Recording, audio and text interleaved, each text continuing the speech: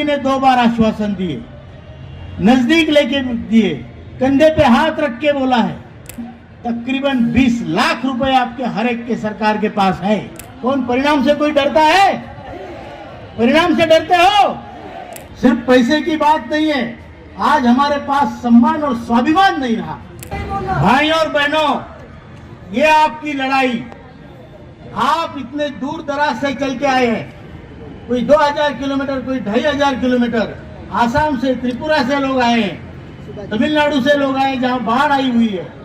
मैं आपको इसलिए धन्यवाद सबसे पहले कहना चाहता हूं कि 132 ट्रेनें सरकार ने कैंसिल की है। ये सरकार का डर था, आपके प्रति उनकी श्रद्धा थी, डर के मारे उन्होंने ट्रेनें बंद कर दी है।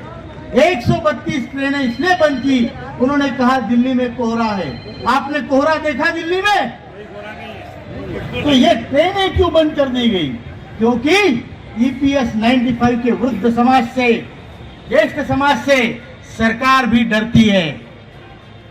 सरकार डरती है हमसे और इसीलिए ट्रेनें रद्द कर दी, नहीं तो आज ये ग्राउंड कम पड़ता, इतने लोग रिजर्वेशन कैंसिल करना पड़ा। फिर भी जो लोग हमारे आए, हमारे नांदेड़ के भाई तो ट्रक में भर के आए। ऐसे लोगों को मैं सलाम करता हूं आप सबको, जिन्होंने ये जज्बा दिखाया है। और दूसरी बात, जो लोग दिल्ली प्रदेश के नजदीक के हैं और यहाँ नहीं आए हैं, उनको भी मैं कहता हूं कि भाइयों, आपकी लड़ाई कोई और लड़ रहा है, दूर से आके लड़ रहा है, कर्नाटक से आ रहा है, तमिलनाडु से आ रहा है, आंध्रा से आ रहा है,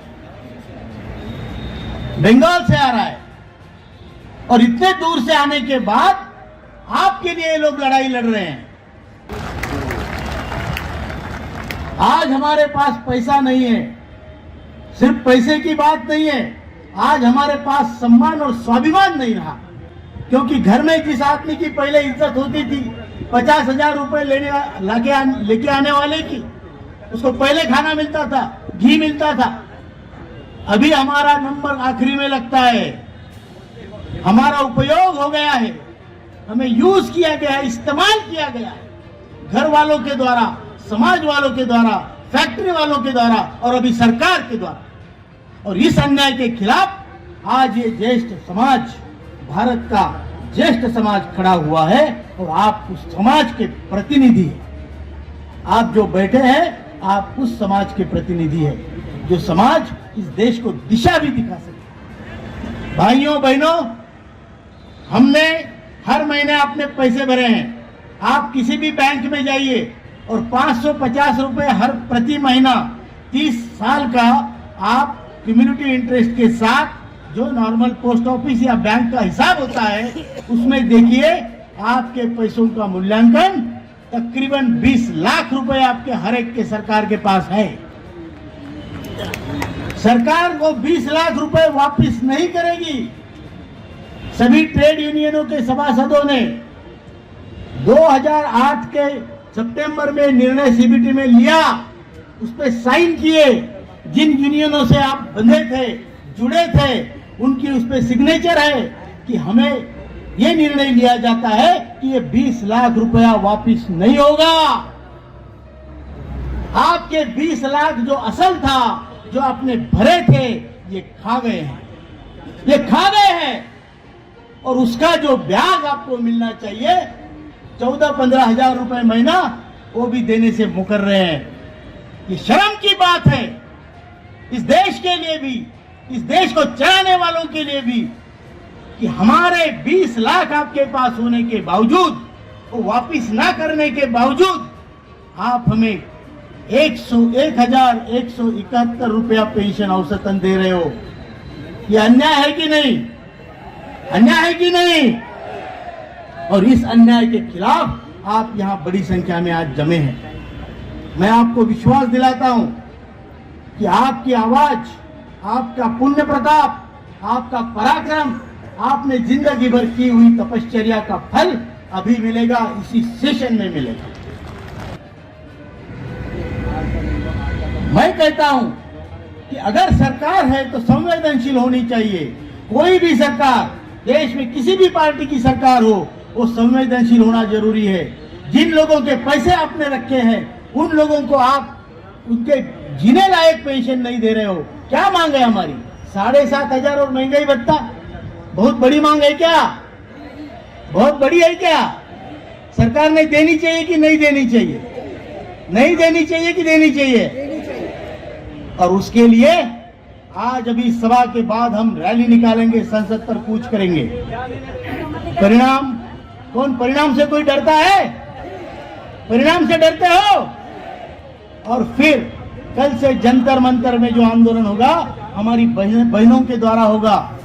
पुरुष भी हम वहां पे रहेंगे और मैं स्वयं, हमारे महासचिव आदरणीय वीरेंद्र सिंह जी, हमारे मुख्य सलाहकार पीएन पाटिल जी, हम वहां पर आमरण अनशन पर बैठ रहे हैं। हम तीन क्यों बैठ रहे हैं?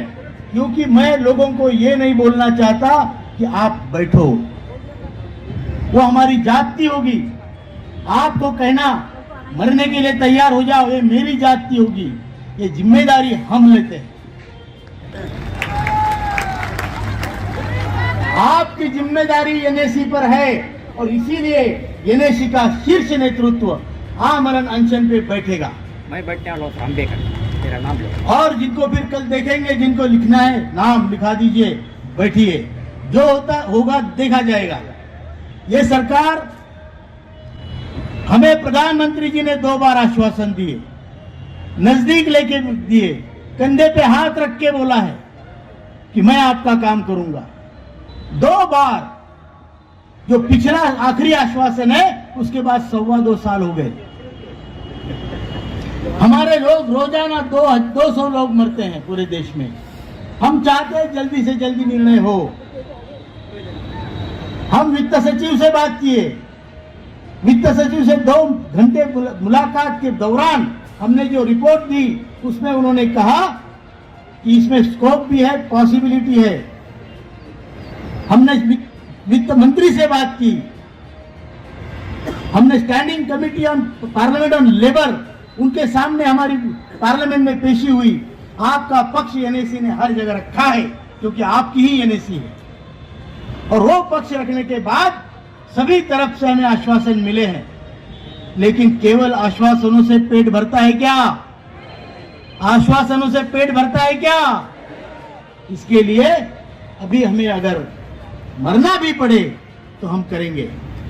हमने कल पत्रकार परिषदों में हमने कहा कि सरकार अगर वृद्धों के प्रति उनके पैसे होने के बावजूद संवेदनशील नहीं है तो हमें जहाजों में डाल के समुद्र में डुबा दो,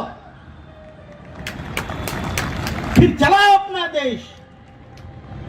आपके इलेक्शन आए तो आप जो भी चाहे लुटाते हो। लाडली बहना योजना 3,000 रुपए घर महीना, घर में बैठ के ज्येष्ठ नागरिक बिना कंट्रीब्यूशन के लो पैसा, एमपीज एमएलएज 4-4 पेंशन बैठ के खा रहे हैं। कौन सी सिस्टम है जहां कामगार काम करेगा, पैसा भरेगा और ये राज्य करते पेंशन लेंगे? क्या हमें मंजूर है? शेम है, शेम शेम शेम शेम।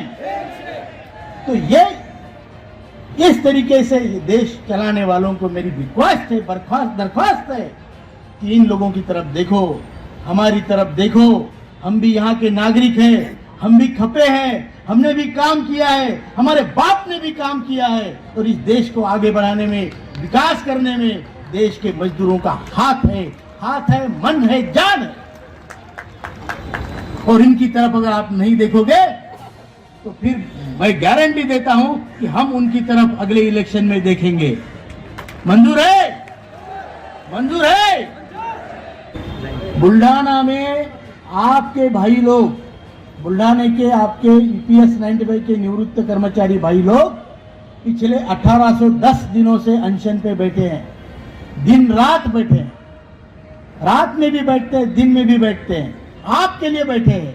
वहां यज्ञ की धुनी लगाई गई है और आज उसके यज्ञ का हम परिपाक यहां पर करने जा रहे हैं। हम सब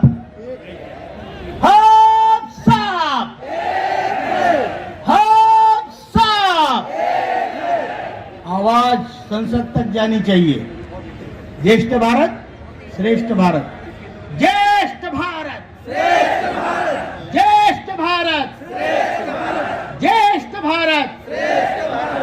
धन्यवाद।